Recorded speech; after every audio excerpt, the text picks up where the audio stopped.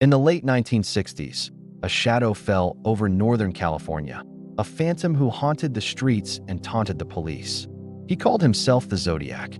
This is the story of America's most elusive serial killer, a man who committed at least 5 brutal murders, claimed dozens more, and then vanished, leaving behind a legacy of terror and a puzzle that has baffled investigators for over half a century.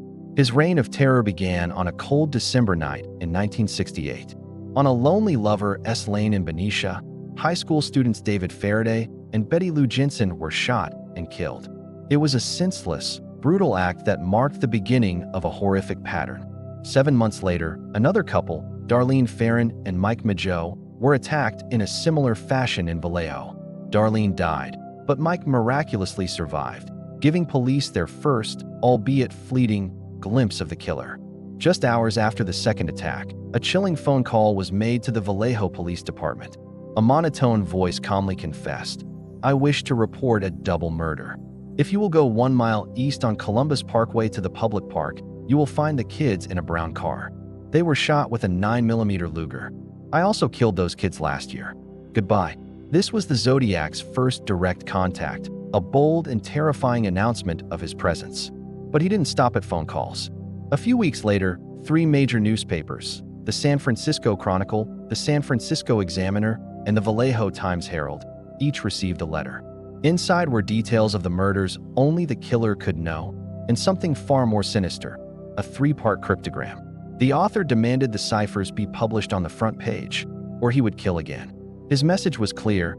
This was not just about murder, it was a game. A local high school teacher, Donald Hardin, and his wife Betty, cracked the first code. The message was horrifying. It was a rambling, misspelled confession, revealing the killer's motive: collecting slaves for the afterlife. The Zodiac's audacity grew. In September 1969, he struck again, this time in broad daylight at Lake Berryessa. He approached college students Brian Hartnell and Cecilia Shepard, wearing a bizarre, executioner-style hood. He tied them up before stabbing them repeatedly. Before leaving, he scrawled a message on their car door, listing the dates of his previous attacks. Cecilia died from her injuries, but Brian survived, providing a detailed account of the terrifying ordeal. His description of the killer's calm, methodical demeanor painted a portrait of a monster in complete control. Just 2 weeks later, the Zodiac claimed his final confirmed victim. San Francisco cab driver Paul Stein was shot in the head in the affluent Presidio Heights neighborhood. This murder was different. It was in the heart of the city, under the nose of the police. In a shocking blunder, responding officers briefly saw a man matching the suspect's description walking away from the scene, but let him go, believing they were looking for a black suspect based on an initial incorrect radio dispatch. The killer had slipped through their fingers. Days later, a letter arrived at the San Francisco Chronicle. It contained a piece of Paul Stein's blood-soaked shirt, undeniable proof that the author was the killer.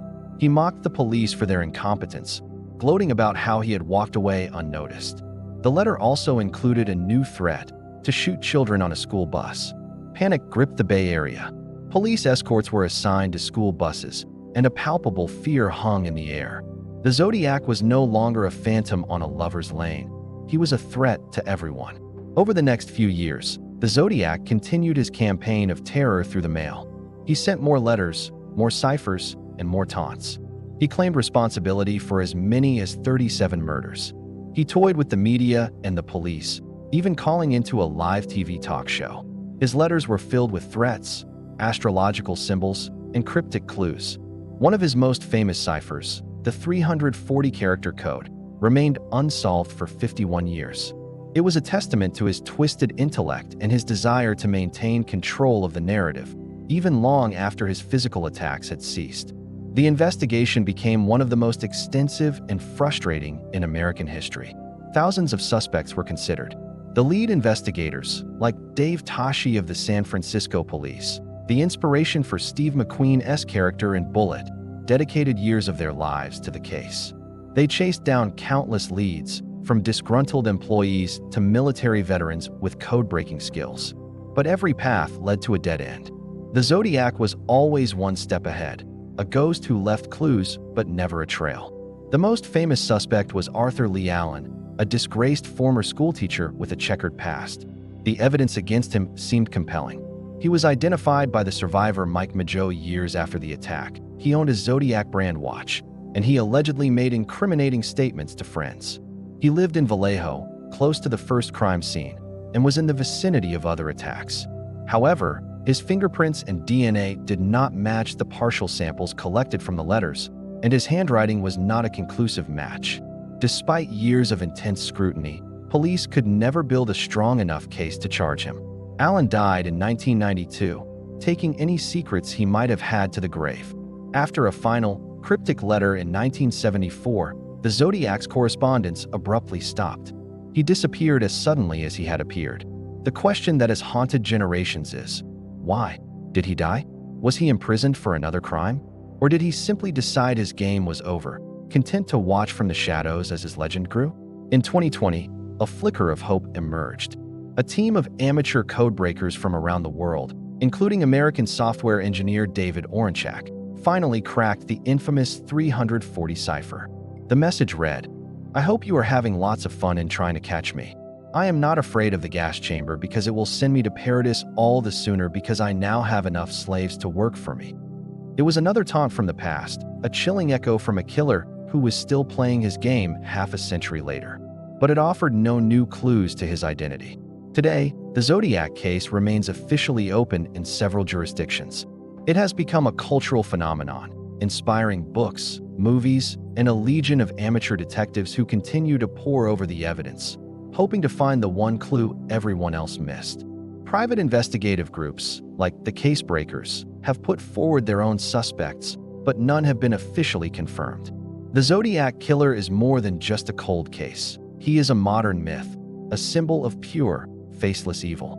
His true identity is a secret that may be lost to time forever.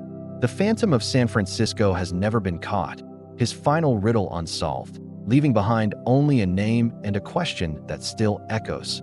Who was the Zodiac? Thank you for watching. If you're fascinated by unsolved mysteries, make sure to subscribe and hit that notification bell so you don't miss our next investigation.